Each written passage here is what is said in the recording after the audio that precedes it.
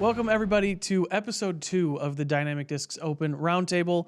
It is Wednesday night, April 28th, after round 1.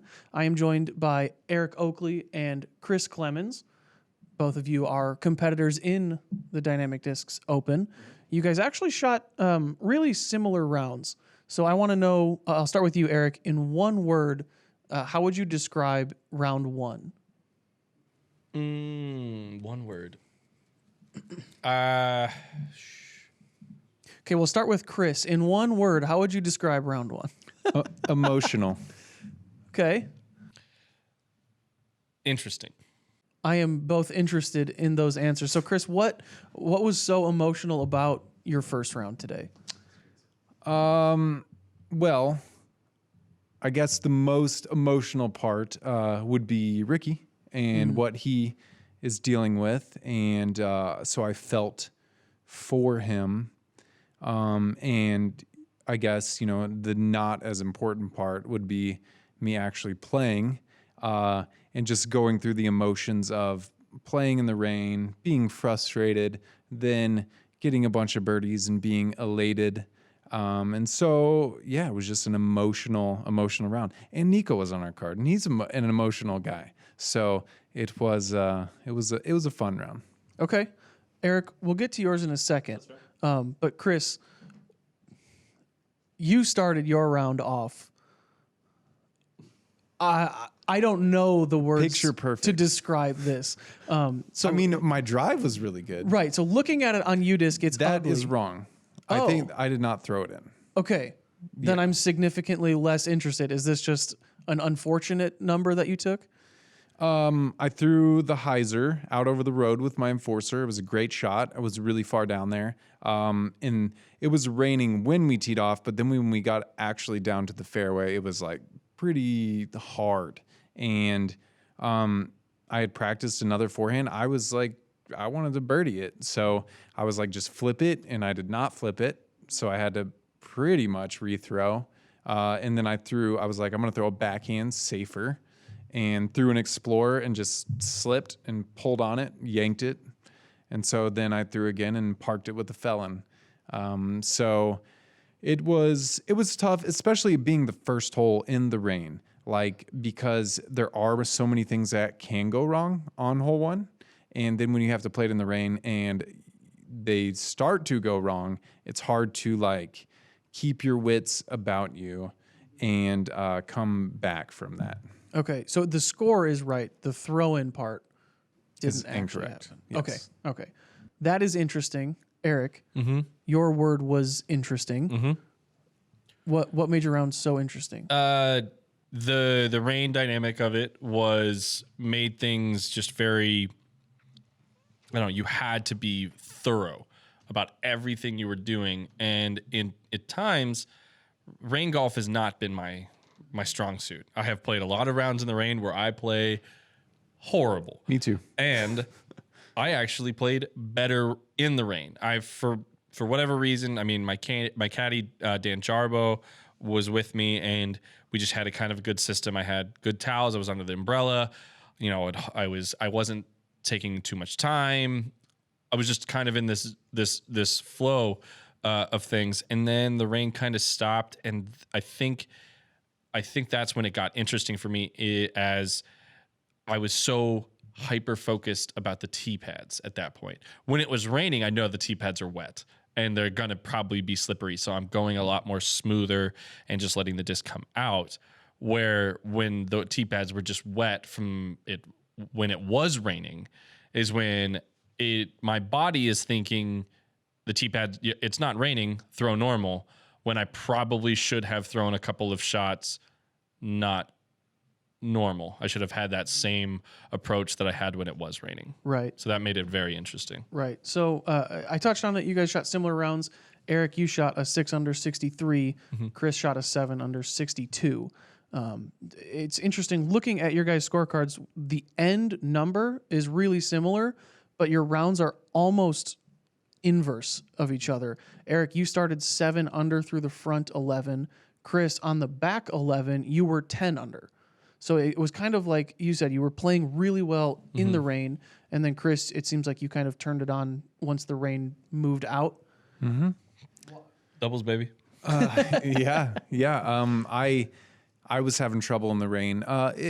Rain golf is just really hard, but I was having not grip issues with my hand per se, but like just on the ground in the grass on the par fours, slipping on the tee pads. They were pretty slick.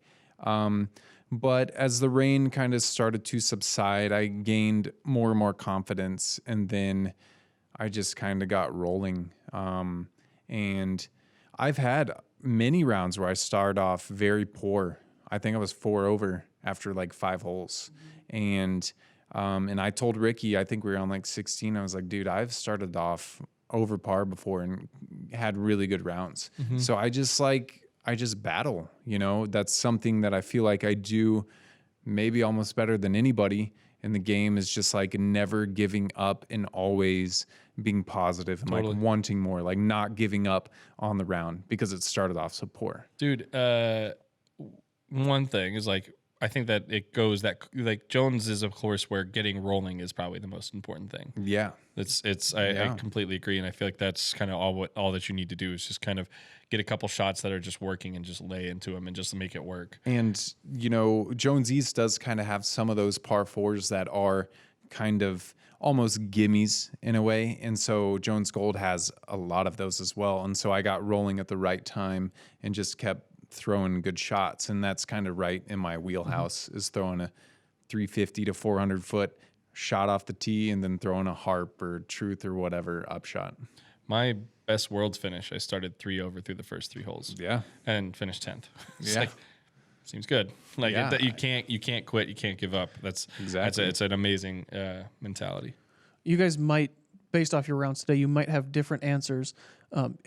Is there an easier section of the course, you think, where you're looking at it like, okay, I haven't started off hot, but you were just talking about building that momentum and getting rolling. Like, is there a section? What section is that? I would say it's probably hole 2 through almost 2 through 18. It's like 2 through 17. Well, hole 1 and hole 18 are the hardest holes on the course. Everything else in there is pretty very gettable. Yeah. There's a couple like, some of the par 3s like hole 1 at Jones East that we play. That's one of the harder par 3s. Absolutely. And I would put it as one of the harder holes just because it's a difficult par 3 where all the other ones are pretty routine par 4s. Like you don't have to do much to have a bid at 2 or have a bid at birdie, I mean. Yeah. There's not a whole lot of like, you can throw different shots on those par 4s, but like if you want, you can throw almost anything you want or just a little hyzer and then throw another one. So it's not too difficult. I imagine like in the middle part of the round is, where a lot of par 4s are, and it's becomes easier, I guess. But there are some holes sprinkled in there where you can really mess up. But hole 1 is probably the hardest hole on the course just because it's the first hole and there's so much danger, especially on the second shot. I mean, 8, 9, and 10, I feel like are the ones that you're just trying to go birdie.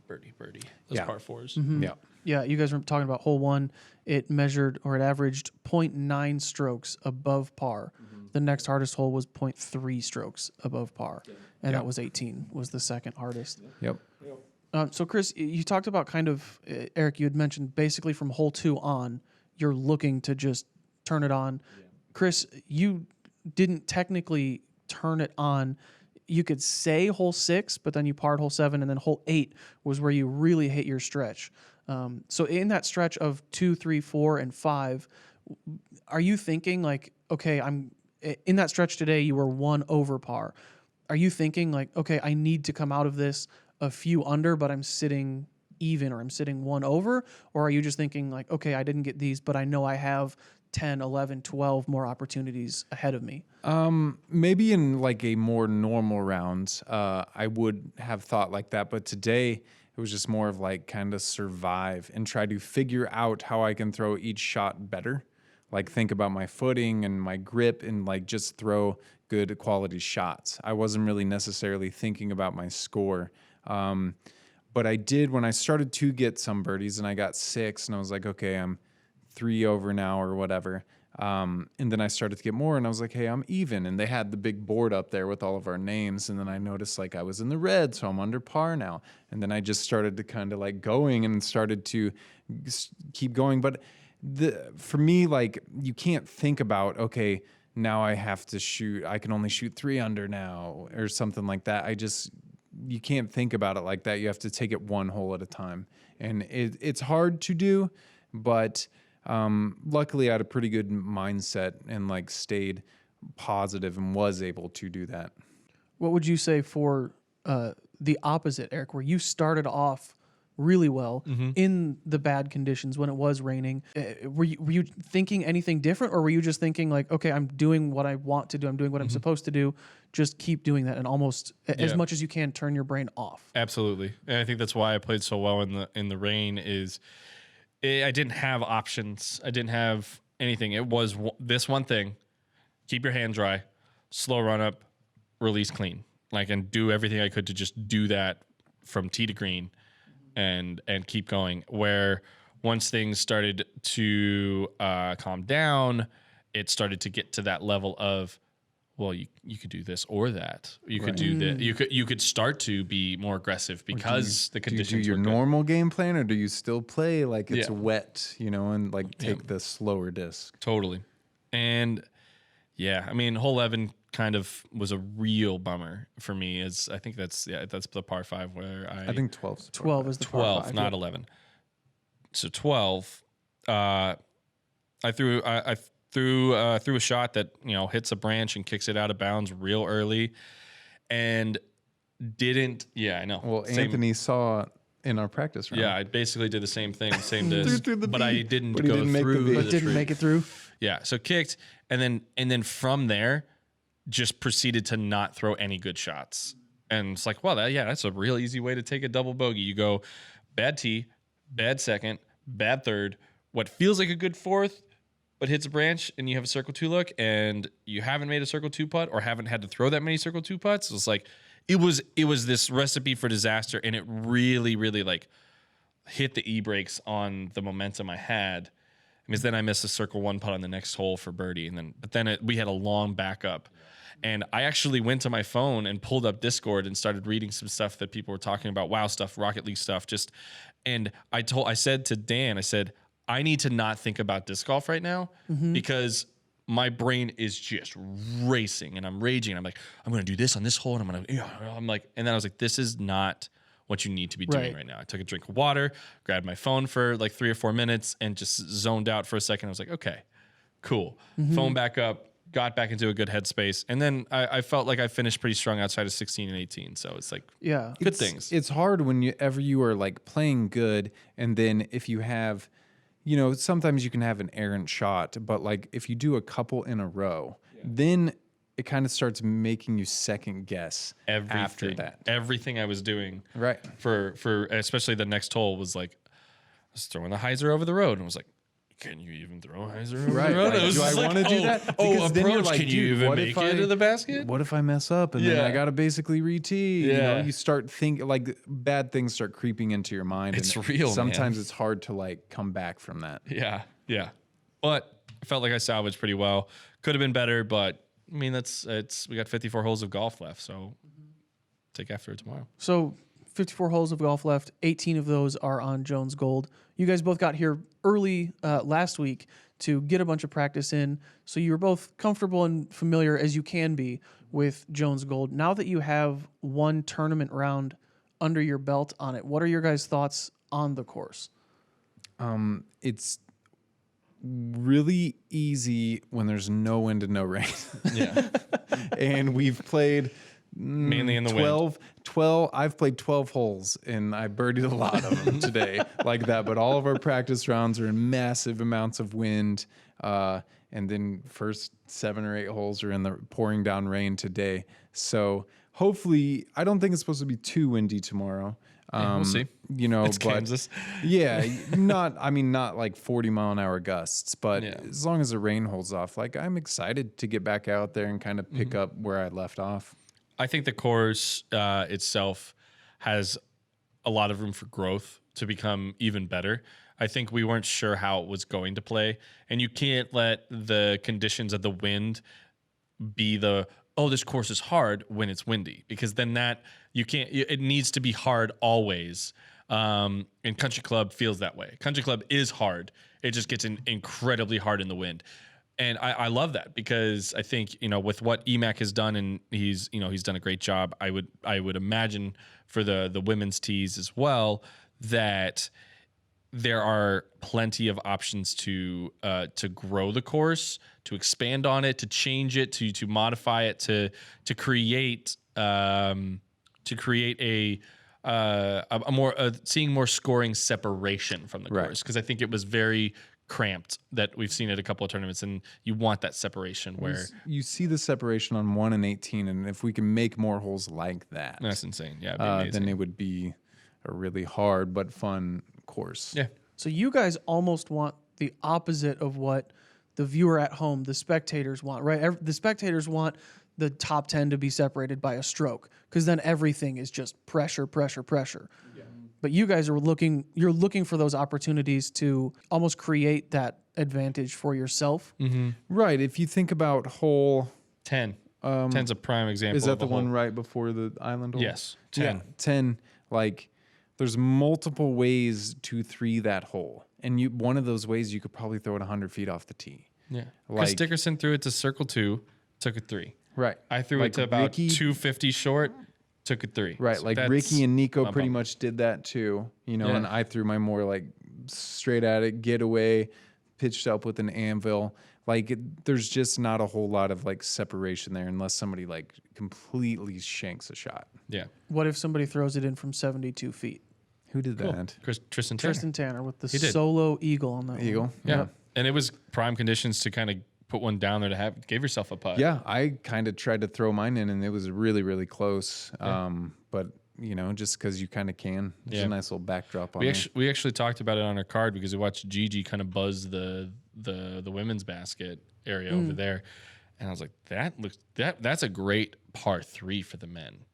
Maybe they Gigi should threw a even, really like- good shot, but it's downhill enough that all of us can reach it. And if it's a crazy headwind, it's like, what are you supposed to do? It doesn't matter. It's going to be hard anyways. But if it's like normal conditions, every pro in the field can attack that. You can attack it with both a backhand or a forehand. I can throw. I have to throw this kind of working forced over backhand that fades at the right time, and if it fades out too early, brings the OB into play, where the OB on that hole doesn't even feel like it's actually real. Right. For the top guys, like, they're going to be throwing past that OB. Yeah, Even if they hyzer out. if not, just a sidearm that's so big over there to the right side. Right. And that I guess that goes back to the point. It's the course has so much room for growth, and I think that's awesome, because if it didn't have any room for growth and it's like, this is the best it's going to get, then it's like, well, then maybe we need to explore other options. But I don't think that's the case. We have opportunities to make it really good. Let's move into tomorrow, round 2. In one word, we'll start with you this time, Eric. You've had a little bit more time to get your brain going. In one word, how are you feeling about round 2? Confident. Okay. And Chris, what about you? What's your word? Positive. Okay. Those are both good words. The conditions for tomorrow are much better. The highest chance of rain is 4%, so almost known. And the wind is going to be like between 10 and 16 miles an hour. Right. Pretty typical Kansas wind. What does your guys' game plan look like? Obviously, today we knew there was going to be some adverse conditions. Tomorrow it's looking as close to ideal as we're probably going to get.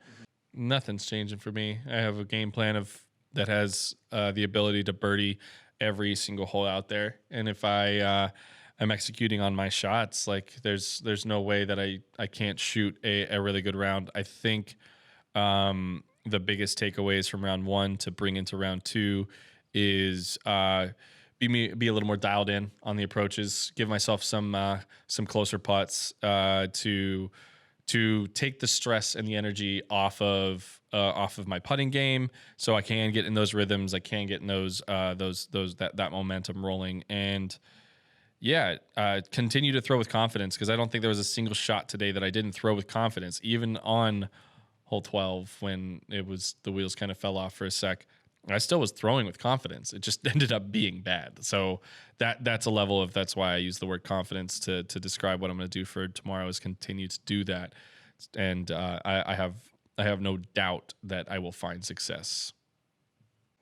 What about you, Chris? Yeah, I explained my round. I want it to be positive.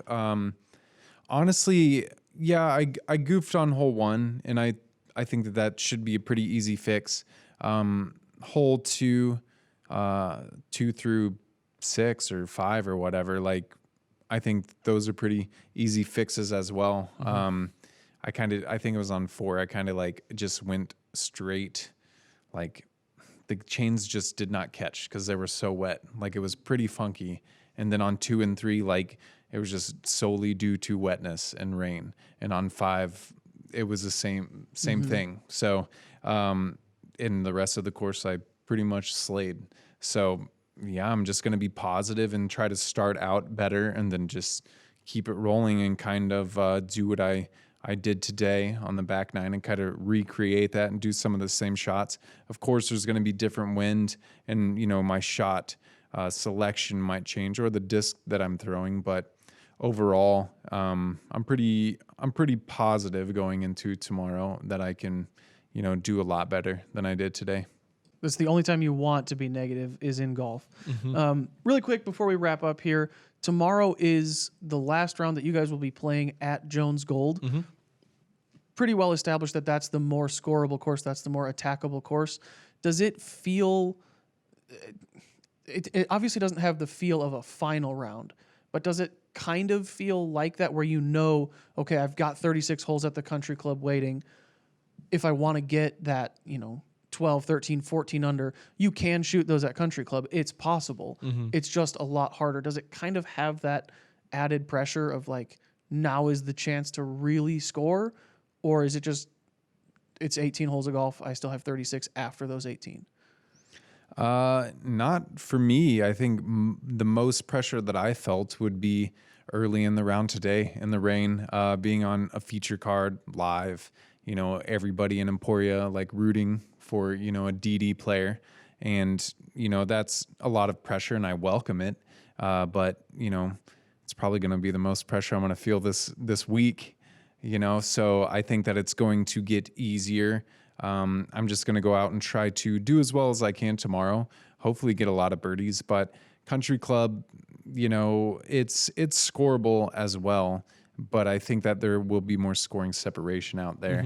And so I'm just going to take it one shot at a time. I'm not going to look at tomorrow as like, oh, it's make or break or anything like that. That's not really how I ever look at any round, to be honest. So I'm just going to do my thing. I think it's just about staying in contention.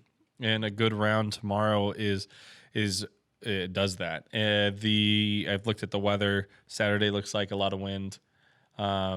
So if you can make it to Saturday, like that's when you can really make some moves. Right. You can shoot 8 under and it'd be better than shooting 12 under at any other rounds, because you're gonna climb over a bunch of people who didn't handle the wind. So yeah, it's just continuing to put yourself in a positive place, because country club does open up, I think, a lot more separation, because some of the holes that if you throw a good shot and somebody throws a bad shot, you're probably taking a couple sticks on them, and that's pretty important. So that's all that has to happen tomorrow, is just keep putting the disc in play, give yourself opportunities, and make the climb.